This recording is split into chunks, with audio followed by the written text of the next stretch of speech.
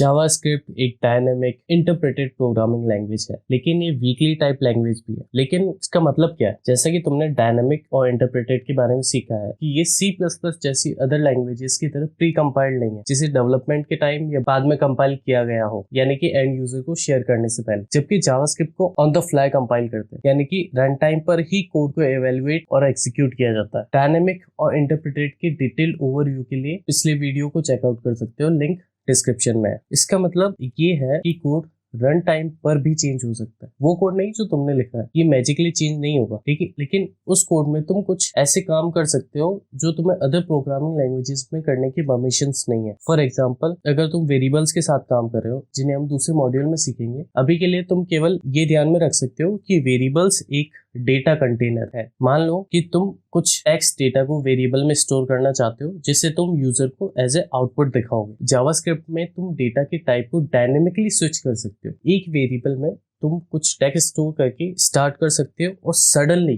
बाद में तुम उसी वेरिएबल में एक नंबर भी स्टोर कर सकते हो। मैं फिर से क्लियर कर दूं कि अभी तक हमने वेरिएबल्स के बारे में नहीं सीखा है। हम जरूर सीखेंगे, लेकिन एक बात जो तुम आसानी से ध्यान रख सकते हो, डायनेमिक थिंग्स इन जावास्क्रिप्ट का मतलब ये है कि it is parsed, interpreted and compiled at run time, और इसीलिए ये कुछ सर्टेन थिंग्स करने में कैपेबल है। फॉर एग्जांपल, वेरिएबल के डेटा को स्विच करना, जो अदर प्रोग्रामिंग लैंग्वेजेस में अलाउ नहीं है। डेटा के टाइप को डायनेमिकली या अनएक्सपेक्टेडली स्विच करना जरूरी नहीं है, लेकिन तुम ऐसा कर सकते हो। अब यहाँ वीकली टाइप का मतलब क्या है? इसका मतलब ये है कि जब हम जावास्क्रिप्ट में डेटा के साथ काम करते हैं, फॉर एग्जांपल टेक्स्ट डेटा या नंबर, तो तुम्हें जावास्क्रिप्ट को ये बताने की जरूरत नहीं है कि तुम टेक्स्ट या नंबर के साथ काम करने जा रहे हो। इसके बजाय डेटा टाइप ऑटोमेटिकली अज्यूम्ड या इन्फर्ड होते हैं। नाउ ये अजीब लग सकता है, लेकिन अदर प्रोग्रामिंग लैंग्वेजेस में तुम्हें डेटा के टाइप को एडवांस में डिफाइन करना होता है। जावास्क्रिप्ट में ऐसा नहीं है। तुम्हें जावास्क्रिप्ट को ये बताने की जरूरत नहीं है कि ये वेरिएबल नंबर या टेक्स्ट गेट करेगा। इसके बजाय तुम्हें वहां केवल डेटा स्टोर करना होता है,